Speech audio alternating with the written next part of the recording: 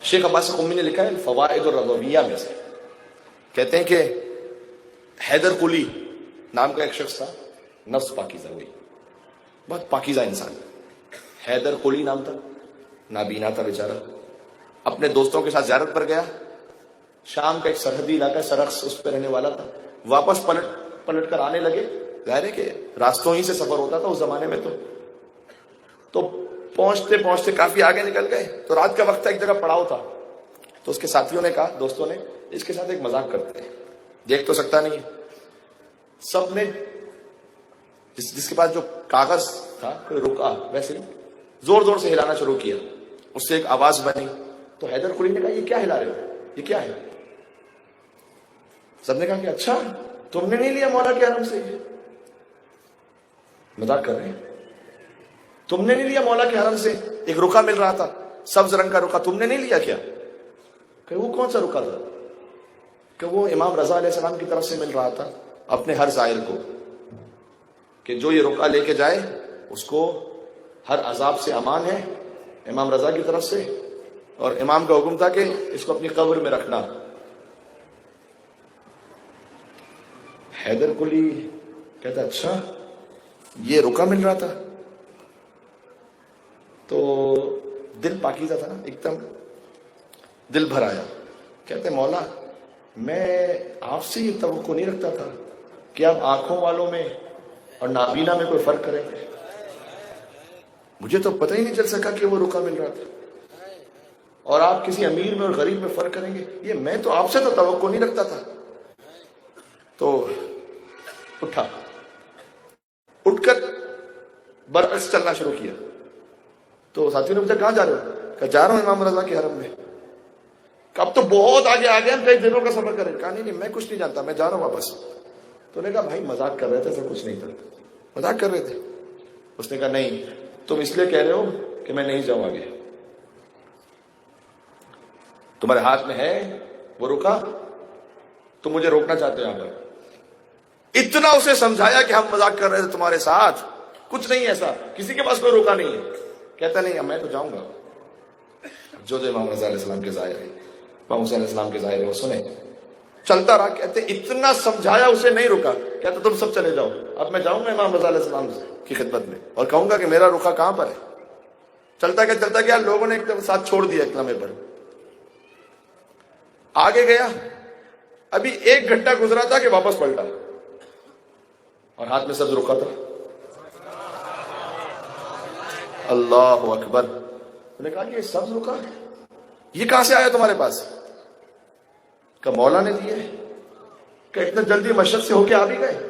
کہ نہیں میں تو جا رہا تھا یا امام رضا یا امام رضا یا امام رضا۔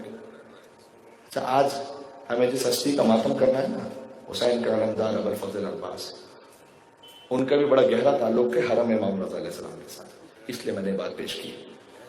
تو کہتے میں تو جا رہا تھا، یا امام رضا کیا کریں گے مولا آپ نے مجھے نہیں دیا رخا، میں یہاں تک کہ ایک معظم ہستی آئی،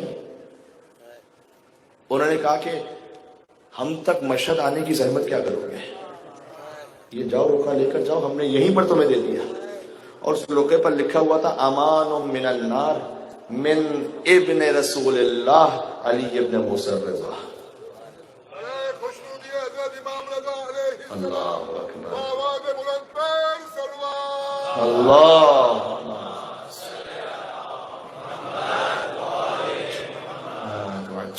بات واضح ہو رہی ہے۔ امان ہے جہنم کے عذاب سے، کس نے امان دی ہے؟ من ابن رسول اللہ، رسول اللہ کے بیٹے نے، علی ابن موسیٰ الرضا۔ سبحان اللہ۔ کہ جس کا دل پاکیزہ ہو، ہاں پھر امام ایسے نوازتے ہیں کہ تصور سے بات ہے۔ تو میرے ساتھیوں، میرے عزیزوں، اپنے دل کو اچھا دل پاکیزہ رکھے۔ مولانا بار بار آپ کہہ رہے ہیں دل پاکیزہ ہو ہی نہیں سکتا جب تک نظریں پاکیزہ نہ ہو، دل پاکیزہ ہو ہی نہیں سکتا جب تک زبان پاکیزہ نہ ہو۔ مجھ سے کچھ میرے محترم دوستوں نے کہا کہ کہیں آپ کی بات کا الحمدللہ ماشاءاللہ جوانوں تک اثر جاتا ہے۔ میرے جوانوں اپنی غذا کا بھی خیال رکھیں، حلال غذا کھائیں، اور یہ گٹکے اور اس قسم کی چیزوں کو زندگی سے نکالیں، یہ کوئی اچھی بات نہیں ہے۔ میں بھائی آپ تو ایسے ناراض ہو کر لگتا ہے سارے پتہ نہیں کیا بات ہے، مولانا نے کیا کہہ دیا.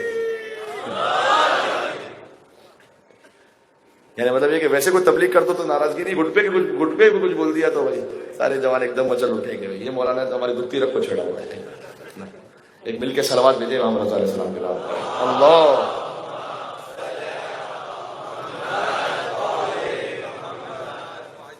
اب مجھے چونکہ گٹکا یہی پتا ہے اور اس کی اور قسموں کے نام نہیں پتا مجھے، نہ مجھے شوق ہے کوئی پتا کرنے کا، لیکن اس کی جو بھی اطراف میں بھائی بہن ہیں وہ سب چھوڑیں. اور خدا کے لیے جب غذا صحیح رکھیں گے جسم اچھا رہے گا، اور غذا صحیح رکھیں گے تو اس سے بڑھ کر روح اچھی رہے گی. اثر ہے، بہرحال ہر چیز کا اثر ہے، آپ کو بتا رہا ہوں. اور والدین جو سن رہے ہیں نا ان کو بھی میں گزارش کرنا چاہتا ہوں، اتنا اثر ہے.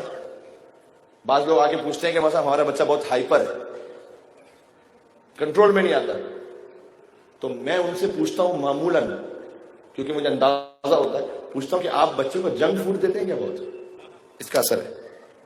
جنک فوڈ کیا مطلب؟ یہی چپس، یہی چاکلیٹس. بچوں کو آپ جتنا یہ دیں گے اتنا روح میں سکون نہیں ہوگا. گھر میں اپنا حلال پاکیزہ کھانا دیں، اور بچوں کو خاص طور پر ان چیزوں سے بچائیں اور پرہیز کریں.